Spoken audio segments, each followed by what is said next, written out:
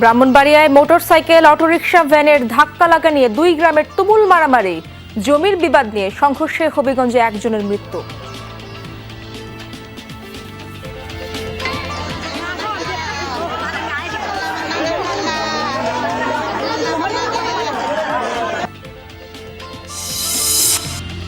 রাজশাহী বিশ্ববিদ্যালয় প্রথম বর্ষের শিক্ষার্থীকে র্যাগিং এর নামে মানসিক নির্যাতন। প্রশাসন বরাবর লিখিত অভিযোগ, আতঙ্কে ভুক্তভোগী। আপনার ফারফিক কিভাবে মারা হয়েছিল জানিস? আমি বলি জি ভাই, পিটিয়ে মারা হয়েছিল। যদি ওইভাবে তোকে মারি তখন কি করি? আমি তখন স্তব্ধ হয়েছিলাম, কথা বলতে পারিনি। 6 মাসের মধ্যে রাকসু নির্বাচন করতে চান নতুন ভিসি। রোকেয়া বিশ্ববিদ্যালয়ের অনিয়ম দুর্নীতিতে জড়িতদের বিরুদ্ধে ব্যবস্থা নেওয়া হবে বললেন নবনিযুক্ত উপাচার্য। গণ অভ্যুত্থানের পর নেত্রকোনায় আশ্রয়ের ঘর ফেলে পালিয়েছেন দখলদাররা। রাজনৈতিক প্রভাব খাটিয়ে ভূমিহীনের তালিকায় সম্পদশালীরা। হাইব্রিড ধান আর কীটনাশকে উর্বরতা হারাচ্ছে কৃষি জমি। বহুজাতিক কোম্পানির কাছে জিম্মি কৃষক। দেশি বীজের উৎপাদনে সাড়া ফেলছেন ময়মনসিংহের আবু হানিফ।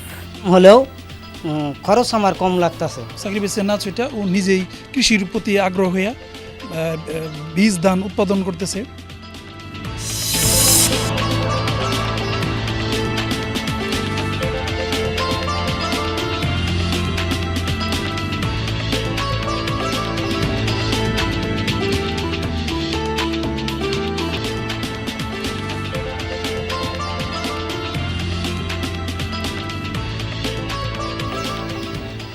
আমন্ত্রণ বিরতিহীন সংবাদ সারা দেশে আপনাদের সঙ্গে আছি আমি ইশরাত জাহান। এতক্ষণ শিরোনাম দেখছিলেন। হবিগঞ্জ ও ব্রাহ্মণবাড়িয়ায় আলাদা সংঘর্ষে প্রাণ গেছে একজনের, আহত হয়েছেন অর্ধশতাধিক। হবিগঞ্জের বাহুবলে সংঘর্ষ হয় জমি নিয়ে বিরোধের জেরে, আর ব্রাহ্মণবাড়িয়ার সরাইলে মোটরসাইকেলের সাথে অটোরিকশা ভ্যানের ধাক্কা লাগাকে কেন্দ্র করে মারামারিতে জড়ায় 2 গ্রামের বাসিন্দারা।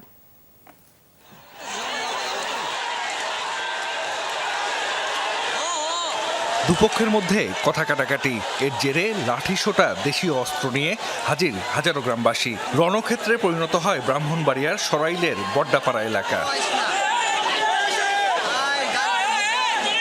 পুলিশ জানায় বড্ডাপাড়া গ্রামের বাসিন্দা ইউপি সদস্য হাবু মিয়া মোটরসাইকেল নিয়ে রাস্তায় দাঁড়িয়েছিলেন। এ সময় পাশের উচালিয়া গ্রামের একজনের অটো ভ্যান ধাক্কা দেয় মোটরসাইকেলটিকে। এ নিয়ে বাকবিতণ্ডা হয়, উত্তেজনা দেখা দেয় 2 গ্রামের বাসিন্দাদের মাঝে। এক পর্যায়ে বাধে সংঘর্ষ। গাড়ি ড্রাইভারে মারছে, ছেলে মারছে, পরে এরপরে আবার বড্ডাপাড়া বাড়ির ভিতরে ঢুকে মারছে। এই লোক ঘটনা রানিং মেম্বার উনারে গিয়ে উনার মিলের ভিতরে ফালায়, উনারে এবং জালাল এবং হাবুকার ভিতরে মিলের ভিতরে ফালায় মারছে। 3 ঘন্টা ধরে চলে সংঘর্ষ। এ সময় সরাইল নাসিরনগর লাখাই আঞ্চলিক সড়কে যান চলাচল বন্ধ হয়ে যায়। খবর পেয়ে আইনশৃঙ্খলা বাহিনী গিয়ে পরিস্থিতি নিয়ন্ত্রণে আনে। মারামারিতে আহত হয়েছেন অর্ধশতাধিক। পরিস্থিতি নিয়ন্ত্রণ করার জন্য আমরা একসাথে জড়ো হয়ে এরপরে পরবর্তীতে আমরা একসাথে যাই এবং ফাইনালি আমরা নিয়ন্ত্রণ করতে সমর্থ হই। এখন পরিস্থিতি নিয়ন্ত্রণে আছে। এদিকে হবিগঞ্জের বাহুবলের ভাবনাকান্দি গ্রামে জমি নিয়ে বিরোধের জেরে সংঘর্ষে জড়ায় দুপক্ষ। স্থানীয়রা জানায় জমি নিয়ে দীর্ঘদিন ধরে 2 ভাই আরজু মিয়া ও আব্দুল হায়ের মধ্যে দ্বন্দ্ব চলছিল। এ নিয়ে কথা কাটাকাটির এক পর্যায়ে মারামারি শুরু হয় দুপক্ষের মধ্যে। এতে ওয়াহিদ মিয়া নামে এক ব্যক্তি নিহত হন। আহত হয়েছেন অন্তত 30 জন। পরিস্থিতি নিয়ন্ত্রণে এলাকায় পুলিশ মোতায়েন করা হয়েছে। জাহিদ হাসান, যমুনা নিউজ। জেলা প্রশাসক নিয়োগে ঘুষ হিসেবে জনপ্রশাসন মন্ত্রণালয়ের এক যুগ্ম সচিবকে দেয়া ক্যাশ চেক আর চিরকুটগুলো হাতে এসেছে যমুনা টেলিভিশনের। পদায়ন হওয়া এক জেলা প্রশাসকের পক্ষে ওই যুগ্ম সচিবকে চেকটি দেন এক চাল ব্যবসায়ী। উপদেষ্টা আলী ইমাম মজুমদার বলেছেন, বিষয়টি আগে জানা ছিল না। দুপুরের পর এ বিষয়ে একটি তদন্ত কমিটি গঠন করে জেলা প্রশাসন মন্ত্রণালয়। আখলাকুস সাফার রিপোর্টে বিস্তারিত। পদ্মা ব্যাংকের লক্ষ্মীবাজার উপশাখা থেকে দেয়া একটি চেক, টাকার পরিমাণ 3 কোটি। চেকদাতা মির্জা সোবেদ আলী নামে এক ব্যবসায়ী। চেকটি পাওয়া যায় জনপ্রশাসন মন্ত্রণালয়ের এপিডি অনুবিভাগের যুগ্ম সচিব ডক্টর জিয়াউদ্দিন আহমেদের রুম থেকে। চেকের সাথে পাওয়া যায় চেকদাতার এনআইডির ফটোকপি সহ ডিসি নিয়োগ সংশ্লিষ্ট কিছু কাগজপত্র এবং চিরকুট। চিরকুটের যে হাতের লেখা, এটি ওই যুগ্ম সচিব ডক্টর জিয়ার। এবং এখানে যে 5 জনের নাম আছে এবং তাদের যে চয়েস দেওয়া আছে বিভিন্ন জেলার, তাদের মধ্য থেকে 2 জনকে দেখা যাচ্ছে তারা রংপুর এবং নওগাঁর জেলা প্রশাসকও হয়েছেন। উদ্ধার করা আরেকটি চিরকুটে ডিসি নিয়োগের ভাইবা দেওয়া প্রার্থীদের সংখ্যা লেখা, যে হাতের লেখা আরেক যুগ্ম সচিব আলী আজমের। ডিসির ফিটলিস্ট তৈরি করতে মোট 582 প্রার্থীকে এসএসবির কাছে মৌখিক পরীক্ষার জন্য ডাকা হয়। তাদের মধ্যে 470 জন কর্মকর্তা উপস্থিত হন, বাকি 52 জন ভাইবা দিতে যাননি। বিষয়টি জানাজানির পর চেকদাতা মির্জা সবেদ আলীকে আর ফোনে পাওয়া যাচ্ছে না। এ নিয়ে কথা হয় উপদেষ্টা আলী ইমাম মজুমদারের সাথে। তিনি বলেন, না, আমি সুনির্দিষ্ট কিছু জানি না। প্রক্রিয়া জড়িত ছিল না, প্রক্রিয়া জড়িত ছিল যে 5 জন সেক্রেটারি, ক্যাবিনেট সেক্রেটারি নেতৃত্বে 5 জন সেক্রেটারির একটা বোর্ড। জি, প্রক্রিয়া জড়িত ছিল না। অভিযোগ আছে আমাকে পাঠাইতে পারেন, আমি অভিযোগের বিষয়ে জানতে চাই নওগাঁর ওই জেলা প্রশাসকের কাছে। তিনি বলেন, যুগ্ম সচিব ডক্টর জিয়াউদ্দিনকে দেখেননি কখনো। এই অভিযোগ ষড়যন্ত্রের অংশ হিসেবেই দেখছেন তিনি। স্যারকে আমি ফিজিক্যালি কোনো দেখিও নি। সো এই ধরনের কোনো কন্ট্যাক্ট করে কোনো পদায়ন নেওয়া, এটা আমাদের রেওয়াজে নাই, সংস্কৃতিতে নাই। অনেকেই চাচ্ছে যে আমরা যারা জেলা প্রশাসক হিসাবে 51টি জেলায় একটা দীর্ঘ পরীক্ষার মাধ্যমে পদায়িত হয়েছি, আমরা যাতে মেন্টাল স্ট্রেস নিয়ে এই কাজগুলো করতে না পারি, সেই একটা অসৎ উদ্দেশ্যে আমাদের বিরুদ্ধে সমস্ত প্রোপাগান্ডা ছড়ানো হচ্ছে। যুগ্ম সচিব ডক্টর জিয়াউদ্দিন আর আলী আজমের সঙ্গে বারবার যোগাযোগের চেষ্টা করেও পাওয়া যায়নি তাদের। আজ অফিসেও যাননি তারা। আখলাকুস সাফা, যমুনা নিউজ, ঢাকা। গাজীপুর ও আশুলিয়ার 68টি কারখানার উৎপাদন বন্ধ, তবে বাকি কারখানাগুলোয় কর্মপরিবেশ স্বাভাবিক রয়েছে। সকাল থেকে কাজে যোগ দিয়েছেন শ্রমিকরা। শিল্প পুলিশ জানায়, কয়েকটি কারখানার শ্রমিকরা বেতন বৃদ্ধি ও বন্ধ কারখানা খুলে দেওয়ার দাবিতে বিক্ষোভ করছে। বিক্ষোভের মুখে আজও অনির্দিষ্টকালের জন্য বন্ধ 46টি কারখানা, আর 9টি কারখানায় সাধারণ ছুটি রয়েছে। শিল্পাঞ্চলের নিরাপত্তায় কাজ করছেন র্যাব, পুলিশ ছাড়াও সেনা সদস্যরা। এদিকে শ্রমিক অসন্তোষের কারণে গাজীপুরে 13টি পোশাক কারখানা বন্ধ রাখা হয়েছে। অন্যান্য কারখানায় কার্যক্রম স্বাভাবিক রয়েছে।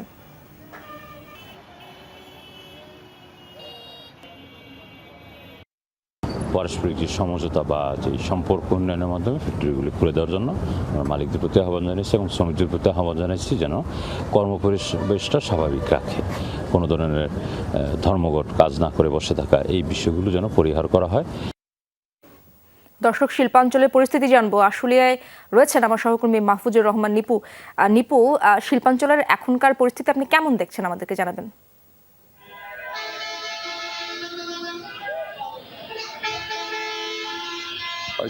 সকাল থেকে কিন্তু আসলে শিল্পাঞ্চলের যে সকল কারখানাগুলো খোলা রয়েছে সে সকল কারখানার পরিবেশের কথা যদি বলি, একেবারে স্বাভাবিক দিনের মতোই তাদের কর্মপরিবেশ ছিল। যে সকল কারখানাগুলো খোলা রয়েছে, অর্থাৎ উৎপাদন চলছিল, শ্রমিকরা কাজে যোগ দিয়ে তারা কিন্তু উৎপাদন চালিয়ে যাচ্ছে। তাছাড়া কিন্তু আমরা শিল্প পুলিশের মাধ্যমে যেটা জানতে পেরেছি যে এখন পর্যন্ত শিল্পাঞ্চলে মোট 55টি কারখানা বন্ধ রয়েছে এবং এর মধ্যে 46টি কারখানা অনির্দিষ্টকালের জন্য শ্রম আইনের 11-13 এক ধারা মোতাবেক এই কারখানাটি বন্ধ। অর্থাৎ কারখানা বন্ধ থাকলে শ্রমিকরা বেতন পাবে না, এই ধারাটায় কিন্তু কারখানা কর্তৃপক্ষ বন্ধ রেখেছে এবং বাকি যে 9টি কারখানা সেটি কিন্তু সাধারণ ছুটি ঘোষণা করেছেন। এই সকল কারখানাগুলো আমরা আসলে দেখেছি সেটি হচ্ছে যে আশুলিয়া শিল্পাঞ্চলের যে সবচেয়ে বড় বড় যে সকল কারখানা বা গ্রুপ কোম্পানি রয়েছে সেই কারখানাগুলি কিন্তু বন্ধ রয়েছে। মালিকপক্ষ কর্তৃপক্ষের সাথে কথা বলেছি, তারা যেটা বলছেন যে নাশকতার আশঙ্কায়, কারখানা ভাঙচুরের আশঙ্কায়, অব্যাহত শ্রমিক অসন্তোষের কারণেই কিন্তু তারা কারখানাগুলো বন্ধ রেখেছে। আর পরিবেশের কথা যেটা বলছেন যে আসলে কারখানাগুলো বন্ধ ছাড়া এমনিতেই কারখানা আজকে শিল্পাঞ্চলের পরিবেশ কিন্তু একেবারে স্বস্তিজনক। অর্থাৎ কোথাও কোনো ধরনের বিক্ষোভ মিছিল করে মহাসড়ক অবরোধ, ভাঙচুর এমন কিন্তু আমরা সংবাদ পাইনি। আমরা যতটুকু জানতে পেরেছি একেবারে বাইপাল থেকে নরসিংহপুর পর্যন্ত এই পাশের দুপাশের যে অঞ্চলগুলো রয়েছে অধিকাংশ কারখানা বন্ধ থাকা রয়েছে, কিন্তু অন্যান্য যে সকল এলাকা রয়েছে স্বাভাবিক রয়েছে সেখানকার অবস্থা। ধন্যবাদ আপনাকে নিপু। রাজশাহী বিশ্ববিদ্যালয়ের দর্শন বিভাগের প্রথম বর্ষের শিক্ষার্থীকে র্যাগিংয়ের নামে মেসে আটকে মানসিক নির্যাতনের অভিযোগ উঠেছে মার্কেটিং বিভাগের কয়েকজন শিক্ষার্থীর বিরুদ্ধে। এতে চরম আতঙ্কে ভুক্তভোগী সেই শিক্ষার্থী। প্রশাসন বরাবর লিখিত অভিযোগের পর ওই শিক্ষার্থীকে অস্থায়ীভাবে হলে রাখার ব্যবস্থা করা হয়েছে। ঘটনা তদন্তে কাজ করছে রাজশাহী বিশ্ববিদ্যালয় প্রশাসন। রাজশাহী বিশ্ববিদ্যালয়ের দর্শন বিভাগে ভর্তির সুযোগ পেয়ে মাত্র 4 দিন আগে নগরীর একটি মেসে ওঠেন মোহাম্মদ রকি। মেসে থাকা অবস্থায় র্যাগিংয়ের অভিযোগ তুলেছেন তিনি। তার অভিযোগ, সোমবার রাতে ক্লাস শেষে মেসে ফেরার পর রাতে মার্কেটিং বিভাগের একদল শিক্ষার্থী তাকে একটি রুমে ডেকে নেয়। র্যাগিংয়ের এক পর্যায়ে তারা বুয়েটের আবরারের মতো হত্যার হুমকি দেয়। সিনিয়রদের সিজিপিএ জানতে বলে, তারপরে হলের গেস্ট রুমে নিয়ে আদর আপ্যায়ন করতে চাই। এরপরে আমার মাকে শেষবারের মতো কল দিতে বলে এটাই শেষবারের মতো কল দে, কথা বলে নে। এরপরে হয়তো আর কথা না হতে পারে, তো আর তোর মার থেকে মাপটাপ চেয়ে নে, যদি কোনো ভুল ত্রুটি করে থাকি তাহলে আমাকে মাফ করে দিও মা, এভাবে বলে ওনারা। আমি কল দিতে রাজি হই নাই। এর পরবর্তীতে ওনারা আমাকে বলে যে আবরার ফাহাদকে কীভাবে মারা হয়েছিল জানিস? আমি বলি জি ভাই, পিটিয়ে মারা হয়েছিল, যদি ওভাবে তোকে মারি তখন কি করবি? আমি তখন স্তব্ধ হয়েছিলাম, কথা বলতে পারি নাই। অভিযুক্ত শিক্ষার্থীদের হাত থেকে কোনো মতে রক্ষা পেয়ে ওই রাতেই রাবির প্রক্টর বরাবর লিখিত অভিযোগ করেন রকি। অভিযোগের পর এই ঘটনায় তদন্ত শুরু করেছে বিশ্ববিদ্যালয় প্রশাসন। যে ডিপার্টমেন্টের শিক্ষার্থী র্যাগিং শিকার এবং যাদের বিরুদ্ধে অভিযোগ করছে, দুই ডিপার্টমেন্ট এবং আমরা প্রক্টর, এই 3 বিভাগ আমরা কাজ করছি এই বিষয়ে অনুসন্ধান করার জন্য। এবং আপনাদেরকে এটা আশ্বস্ত করতে পারি যে আমরা বর্তমান প্রশাসন আমরা চেষ্টা করছি এবং আমাদের এটাই থাকবে যে র্যাগিংয়ের শিকারে যদি কেউ সত্যিকার অর্থে দোষী সাব্যস্ত হয়, বিশ্ববিদ্যালয়ে যে প্রচলিত নিয়ম আছে সেই নিয়ম অনুসারে কোড অফ কন্ডাক্ট ভঙ্গের দায়ে তাকে সর্বোচ্চ সাজা পেতেই হবে। অভিযুক্তরা মার্কেটিং বিভাগের 4র্থ বর্ষের শিক্ষার্থী অন্তর্বিশ্বাস, একই বিভাগের 1ম বর্ষের শিক্ষার্থী নাজমুল হোসেন নাবিল ও তার কয়েকজন সহযোগী। তাদের সাথে যোগাযোগের চেষ্টা করা হলে তারা সাড়া দেননি। দর্শন বিভাগের চেয়ারম্যানের দাবি, এমন কোনো ঘটনা জানা নেই তার। না, আমরা আসলে এরকম অভিযোগ এখনও বিভাগে আসে নাই। আসলে অবশ্যই আমরা পদক্ষেপ নেব এবং আমরা প্রথম দিন যখন ওরিয়েন্টেশন ক্লাস নিই তখনই আমরা বলে দিয়েছিলাম যে যদি কোনো কারণে কেউ র্যাগিংয়ে করে তোমরা আমাদের জানাবা, আমরা সেটা ব্যবস্থা নেব। ঘটনার পর থেকে নিরাপত্তাহীনতায় ভুগছেন বলে জানিয়েছেন র্যাগিংয়ের শিকার নবীন শিক্ষার্থী। আমিন বাবু, যমুনা নিউজ। সেশন জট নিরসন, 4 মাসে সেমিস্টার সহ 4 দফা দাবিতে অবস্থান কর্মসূচি পালন করেছেন রাজশাহী বিশ্ববিদ্যালয়ের গণযোগাযোগ ও সাংবাদিকতা বিভাগের শিক্ষার্থীরা। সকালে বিভাগে তালা ঝুলিয়ে বিভিন্ন স্লোগান দিয়ে অবস্থান কর্মসূচি করেন তারা। আজকের মধ্যেই পরীক্ষার সময় নির্ধারণের পাশাপাশি পূজার ছুটির আগে পরীক্ষা শেষ করার দাবি জানান শিক্ষার্থীরা। এছাড়া শিক্ষক মুস্তাক আহমেদের বিরুদ্ধে প্রশাসনের কাছে করা অভিযোগে তদন্তে বিভাগ থেকে সর্বাত্মক সহযোগিতা করার দাবি জানানো হয় বিক্ষোভ কর্মসূচি থেকে। বিশেষ সেশনে দীর্ঘ 3 মাসের বেশি সময় ধরে 2টা পরীক্ষা হয়ে আটকে আছে এবং তারপরে আর কোনো ধরনের পদক্ষেপ নেওয়া হয় নাই, কোনো ধরনের রুটিন দেওয়া হয় নাই। আমাদের ব্যাচমেটরা যারা অন্যান্য ডিপার্টমেন্ট বা অন্য বিশ্ববিদ্যালয়ে পড়ে তারা এখন জবের প্রিপারেশন নিচ্ছে বা অনেকেই জব সেক্টরে ঢুকে গেছে। আমরা এখনো 4th ইয়ার ফার্স্ট সেমিস্টার মাত্র। আগামী 6 মাসের মধ্যে রাজশাহী বিশ্ববিদ্যালয় কেন্দ্রীয় ছাত্র সংসদ রাকসু নির্বাচনের উদ্যোগ নিতে চান নতুন ভিসি। প্রতিটি বিভাগের একাডেমিক কার্যক্রমকে জবাবদিহিতার আওতায় আনার ক্ষেত্রে উদ্যোগী হতে চান তিনি। রাকসু নির্বাচনের তাগিদ দিলেও বিশ্ববিদ্যালয়টির শিক্ষক ও শিক্ষার্থীরা বলছেন, ছাত্র ও শিক্ষকদের রাজনৈতিক দলের লেজুর বৃত্তি থেকে বের হয়ে এসে শিক্ষার্থী ও বিশ্ববিদ্যালয়ের স্বার্থে কাজ করার সংস্কৃতি তৈরি করা জরুরি। 34 বছর থেকে বন্ধ রাজশাহী বিশ্ববিদ্যালয়ের কেন্দ্রীয় ছাত্র সংসদ রাকসুর নির্বাচন। ঐতিহ্যবাহী এই ছাত্র সংসদের সর্বশেষ নির্বাচিত ভিপি ছিলেন বর্তমান বিএনপির সিনিয়র যুগ্ম মহাসচিব রুহুল কবির রিজভী। সেও 90 দশকের গোড়ার কথা। এরপর একবার নির্বাচনের তফসিল ঘোষণার পর তা বাতিল করা হয়। সেই থেকে আর কোনো উদ্যোগ নেই রাকসু নির্বাচনের। ফলে বিশ্ববিদ্যালয় পরিচালনায় গণতান্ত্রিকভাবে নির্বাচিত শিক্ষার্থীদের অংশগ্রহণ থেকে গেছে কাগজ কলমেই। সেই সুযোগে যে সরকার থাকে সেই দলের লেজুর ভিত্তিকারী ছাত্র সংগঠনের আধিপত্য তৈরি হয় ক্যাম্পাসে। লেজুর ভিত্তিক ছাত্র রাজনীতি নিষিদ্ধ করতে হবে। এখন এই লেজুর ভিত্তিক ছাত্র রাজনীতি যদি নিষিদ্ধ হয় তাহলে যে রাজনৈতিক ভ্যাকিউমের কথা বলা হচ্ছে এইটা একমাত্র পূরণ হতে পারে রাকসুর মাধ্যমে। ছাত্রদের যে দাবি দেওয়া আছে, বিশ্ববিদ্যালয়ে যে অনিয়ম, বিশৃঙ্খলা, অন্যায়গুলো চলে, এগুলো আসলে কারা তুলে ধরবে? এসব তুলে ধরার জন্য হলেও কিন্তু রাজনৈতিক প্রতিনিধি দরকার হয়, স্টুডেন্টদের প্রতিনিধি দরকার হয়। শিক্ষার্থী বান্ধব একটা ক্যাম্পাস যেরকম পাচ্ছি, সেখানে একটা শিক্ষার্থী একটা শিক্ষক সুলভ প্রশাসনও আমরা পাবো। এই জায়গা থেকে যে জবাবদিহিতা এবং স্বচ্ছতা আমরা সেখানে নিশ্চিত করতে পারবো। সাম্প্রতিক গণঅভ্যুত্থান বিশ্ববিদ্যালয়ের গণতান্ত্রিক সংস্কৃতিকে বিনির্মাণের সুযোগ করে দিয়েছে বলে মনে করেন ক্যাম্পাসের শিক্ষক শিক্ষার্থীদের অনেকেই। তবে সেজন্য দলীয় লেজুর ভিত্তিক রাজনীতি থেকে বের হয়ে এসে শিক্ষার্থী ও বিশ্ববিদ্যালয়ের স্বার্থে কাজ করতে হবে বলে মনে করেন বিশ্ববিদ্যালয়ের এই শিক্ষক। কোনো ব্যানার না, বরং এর বাইরে এসে ভিন্ন রকমের প্যানেল হওয়া, ভিন্ন রকমভাবে নিজেদেরকে গড়ে তোলা, তারা কি করতে চাচ্ছে শিক্ষার্থীদের জন্য, বিশ্ববিদ্যালয় কীভাবে পরিচালনা হবে, সেখানে কীভাবে ভাবছে, এই প্রসঙ্গগুলো নিয়ে ডিবেট হওয়া দরকার এবং নির্বাচন হওয়া দরকার। হল প্রশাসন ও একাডেমিক কার্যক্রম থেকে শুরু করে গবেষণা, প্রশাসনিক কর্মকাণ্ডে সর্বস্তরের স্বচ্ছতা আনাসহ আগামী 6 মাসের মধ্যে রাকসু নির্বাচনের বিষয়টি সুরাহা করতে চান রাবির নবনিযুক্ত ভিসি। আমার যে প্রায়োরিটি লিস্ট আছে সেখানে রাকসু অনেক উপরে। রাকসুটা ইনশাল্লাহ আমরা করে ফেলবো আর কি। রাকসু দীর্ঘদিন ধরে আসলে এটা কাজ করছে না। আমাদের উদ্দেশ্য হবে হয়তো আগামী 6 মাসের ভিতরে রাকসুর ব্যাপারটা সুরাহা করে ফেলা। 1953 সালে প্রতিষ্ঠার পর রাজশাহী বিশ্ববিদ্যালয়ে প্রথম ছাত্র সংসদ নির্বাচন হয় 1956 সালে। সেই সময় সংক্ষেপে এর নাম ছিল রুশু। 1962 সাল থেকে কেন্দ্রীয় ছাত্র সংসদ রাকসু হিসাবে এর যাত্রা শুরুর পর থেকে এ যাবৎ 14টি নির্বাচন অনুষ্ঠিত হয়েছে। এর মধ্য থেকে অন্তত 10 জন নেতা পরবর্তীতে দেশের জাতীয় রাজনীতিতে নিজেদের অবস্থান গড়েছেন। তারেক মাহমুদ, যমুনা নিউজ, রাজশাহী।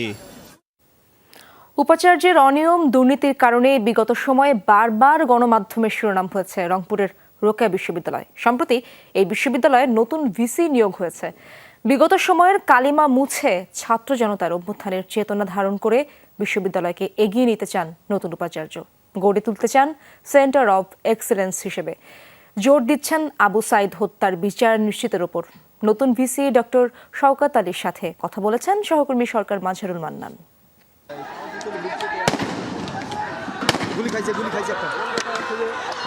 বৈষম্য বিরোধী ছাত্র আন্দোলনে গেল 16 জুলাই পুলিশের গুলিতে নিহত হন রোকেয়া বিশ্ববিদ্যালয়ের শিক্ষার্থী আবু সাইদ। ওই রাতেই অনির্দিষ্টকালের জন্য ক্যাম্পাস বন্ধ ঘোষণা করে বিশ্ববিদ্যালয় প্রশাসন।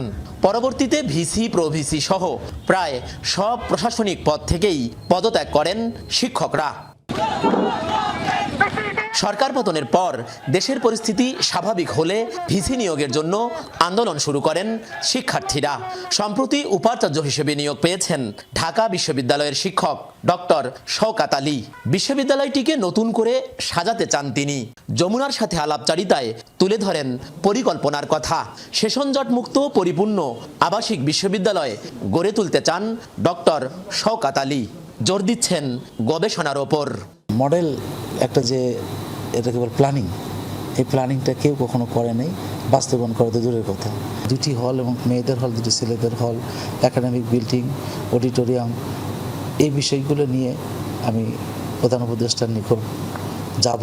জেনারেশন জেড প্রজন্মর কথা শুনে এসেছি, এই অন্তর্বর্তী সরকারের প্রতিনিধি হিসেবে এসেছি। এই বিশ্ববিদ্যালয়কে অনন্য একটা প্রতিষ্ঠান হিসেবে সেন্টার অফ এক্সেলেন্স হিসেবে দাঁড় করতে পারি। ক্যাম্পাসে রাজনীতি বন্ধ ও গত 16 বছরে বিশ্ববিদ্যালয়ে অনিয়ম দুর্নীতিতে জড়িতদের বিরুদ্ধে ব্যবস্থা নেয়ার বিষয়েও উদ্যোগ নিতে চান নতুন এই উপাচার্য।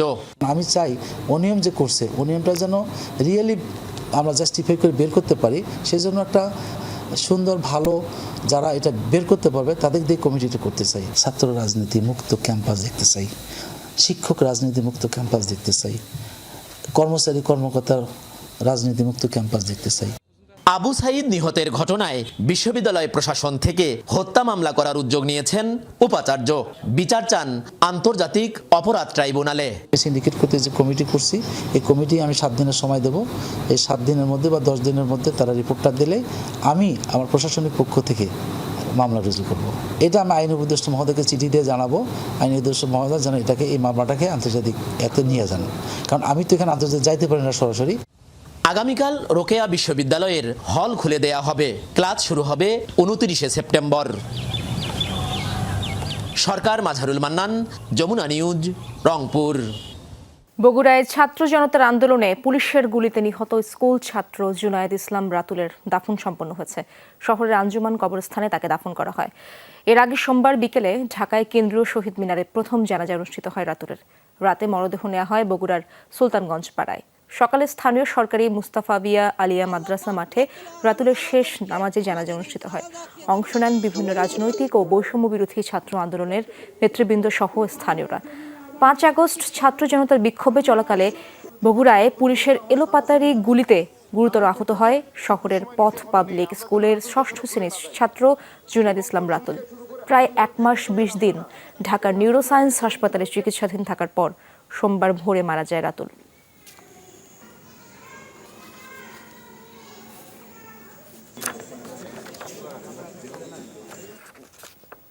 নেত্রকোনায় আশ্রয়ণ প্রকল্পের বেশিরভাগ ঘর পড়ে আছে খালি। স্থানীয়দের অভিযোগ, রাজনৈতিক প্রভাবশালীদের অনেকেই হাতিয়ে নিয়েছেন আশ্রয়নের ঘর, যারা এখন পলাতক। ভূমিহীন তালিকা পুনরায় যাচাই করার দাবি উপকারভোগীদের।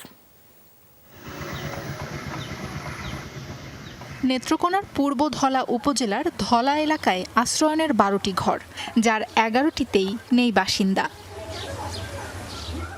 একই চিত্র আটপাড়া উপজেলার ভরতুষি গ্রামে। প্রশাসনের দেয়া 50টি ঘরের 39টি খালি। স্থানীয়দের অভিযোগ, 2022 সালে রাজনৈতিক বিবেচনায় ঘর বরাদ্দ দেয় আওয়ামী লীগ সরকার। ভূমিহীনদের পরিবর্তে অনেক প্রভাবশালী হাতিয়ে নিয়েছে ঘর। সরকার পতনের পর যারা এখন পলাতক। 12টা ঘরে আমি একলাই থাকি, আর আরেকজন আছে আমার সাথে। একজনে পরে আইসে আর আমি প্রথম থেকে একলাই থাকতেছি। যারা আছে তারা দেব করেছে 2 দিন 4 দিন তাকে জায়গায় যে তালা মারা। প্রত্যেককে গরিব যদি একটা ঘর পাইতো বন্ধ কি ভালোই ছিল এটা, কিন্তু তা হয় নাই। এই নেতৃবৃন্দ নেতারার হস্তক্ষেপ, নেতারার পরিচিত লোকজন দেওয়া হয়েছে কিংবা পয়সার বিনিময়ে দেওয়া হয়েছে। উপকারভোগীরা বলছেন, জেলার প্রতিটি আশ্রয়ণ প্রকল্পেই অসংখ্য ঘর খালি। নতুন করে ঘর বরাদ্দের তালিকা করার দাবি তাদের। আমার নাতি হুতি আছে, হুতাই না, আমার একটা ঘর বাড়ি নাই। গেছিলাম, ছবি টবি জমা দিছি, আমরা একটা গদ দিল না, না জমাই রাইছি তা কয়েন গদ দেওয়া যেত না। বাঙ্গা পানি ভরে ঘরের চাল দেয়া, পানি ভরে আমি একদিন সাহেবরা বলছি, পরে কইছে নিজেরা ঘর নিজেরা ঠিক করে লিখতাম। যাদের ঘরের প্রয়োজন নাই তারাও অনেকেই এই ঘর নিয়ে নিছে। হয়তো তখন বিশেষভাবে কারোর সঙ্গে আপনার থাকে না যে একটু ক্ষমতা দেখিয়ে নিয়ে নেওয়া হয়। কিভাবে ঘর বরাদ্দ হয়েছে আর কারাই বা পেল, তদন্তের আশ্বাস জেলা প্রশাসকের। সংশ্লিষ্ট ইউনিয়ন এবং এসিডেন্টের মাধ্যমে তদন্ত করে যদি ওগুলো কারণে বরাদ্দ দেওয়া থাকে তাহলে, এবং তারা যদি না থাকে সেই বরাদ্দগুলো বাতিল করে আমরা নতুন করে আবার উপকারভোগী বাছাই করব। আশ্রয়নের ঘর হস্তান্তরের আগেই ফাটল দেখা দেয়, সেগুলো সংস্কার করে পুনরায় বরাদ্দ দেয় প্রশাসন। সাবরিনা লিজা, যমুনা নিউজ। ঝিনাইদহের ট্রাকের পেছনে মিনি ট্রাকের ধাক্কায় 2 জন নিহত হয়েছেন। ভোরে সদরের সাধুহাটি মোড়ে হয় এই দুর্ঘটনা। জানা যায়, ফরিদপুর থেকে ঝিনাইদহ হয়ে মিনি ট্রাকে মেহেরপুর যাচ্ছিল চালক সহ 4 জন। মহাসড়কের সাধুহাটি এলাকায় পৌঁছালে সামনে থাকা একটি ট্রাকের সাথে ধাক্কা লাগে। ঘটনাস্থলেই 2 জন প্রাণ হারান। পালিয়ে যায় ট্রাকের চালক। আহতদের উদ্ধার করে সদর হাসপাতালে পাঠিয়েছে ফায়ার সার্ভিস। মরদেহ উদ্ধার করে পুলিশের কাছে হস্তান্তর করা হয়েছে।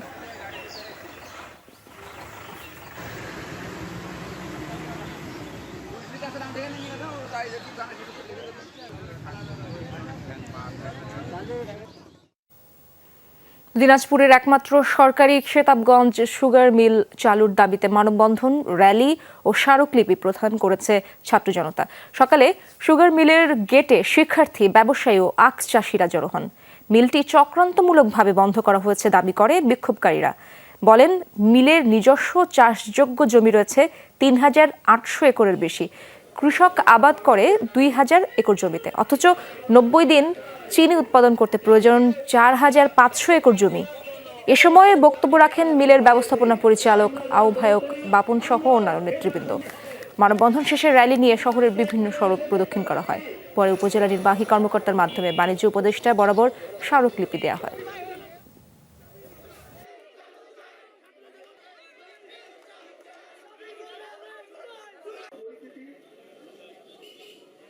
দেশে হাইব্রিড ধান চাষের সাথে বাড়ছে রাসায়নিক সার ও কীটনাশকের প্রয়োগ। উর্বরতা হারাচ্ছে আবাদি জমি। আবার হাইব্রিড জাতের কারণে নিজের ফসলের বীজ সংরক্ষণ করতে পারছেন না কৃষক। জিম্মি হতে হচ্ছে দেশি বিদেশি কোম্পানির কাছে। এমন অবস্থায় দেশি ধানের বীজ উৎপাদন ও বিপণনের উদ্যোগ নিয়েছেন মুক্তাগাছার যুবক আবু হানিফ। জৈব প্রযুক্তিতে কৃষককে অভ্যস্ত করারও কাজ করছেন তিনি। হোসাইন শাহিদের রিপোর্টে বিস্তারিত। সবুজ শ্যামল ফসলের মাঠ, হাইব্রিড নয়, এটি দেশীয় জাতের ধানের ফলন। ময়মনসিংহের মুক্তাগাছার যুবক আবু হানিফা কৃষিতে ডিপ্লোমা। চাকরির পেছনে না ছুটে শুরু করেন দেশীয় ও বিলুপ্ত জাতের ধানের বীজ উৎপাদন ও বিপণন। জানতে চাই কেন এমন উদ্যোগ। কোম্পানিগুলো মূলত এদের প্যানেল লাইনগুলো বিদেশ থেকে আমদানি করে আনে। যদি বিশ্ব পরিস্থিতির কোনো কারণে এই লাইনগুলো বন্ধ করে দেয় তাহলে বাংলাদেশ এক ভয়াবহ বীজের সংকট সৃষ্টি হবে, যার ফলে দুর্ভিক্ষের মতো অবস্থা হতে পারে বলে আমি মনে করি। বীজ উৎপাদনের পাশাপাশি কীটনাশকের ব্যবহার কমাতে প্রাকৃতিক ও জৈব প্রযুক্তিও কৃষকের নাগালে পৌঁছে দিচ্ছেন আবু হানিফা। হাসপাতালে যে যত লোক, বাজারে তত লোক, মানে আমাদের 17 কোটি কিংবা 18 কোটি লোকের 18 কোটি মানুষই অসুস্থ হয়ে পড়ছে এই কীটনাশক এবং অনিরাপদ খাদ্য খাওয়ার ফলে। কাইসা বিন্নি, টেপাবুড়ো, তুলসীমালা, কালোজিরা সহ 25 জাতের ধানের বীজ সংরক্ষণে আছে তার। উৎপাদন বিপণনের পাশাপাশি ব্রিডিং করে নতুন 4টি জাত উদ্ভাবনেরও দাবি করেছেন তিনি। আমি এখন পর্যন্ত ব্রিডিংয়ের মাধ্যমে 4টা জাত উদ্ভাবন করতে সক্ষম হয়েছি, যেগুলো মাঠে গবেষণালব্ধ আছে। এটা গবেষণা পুরোপুরি সম্পূর্ণ শেষ হলে পরবর্তীতে এগুলো কৃষকের মাঠে আমি সম্প্রসারণ করব, কৃষকদের বিনামূল্যে দিব।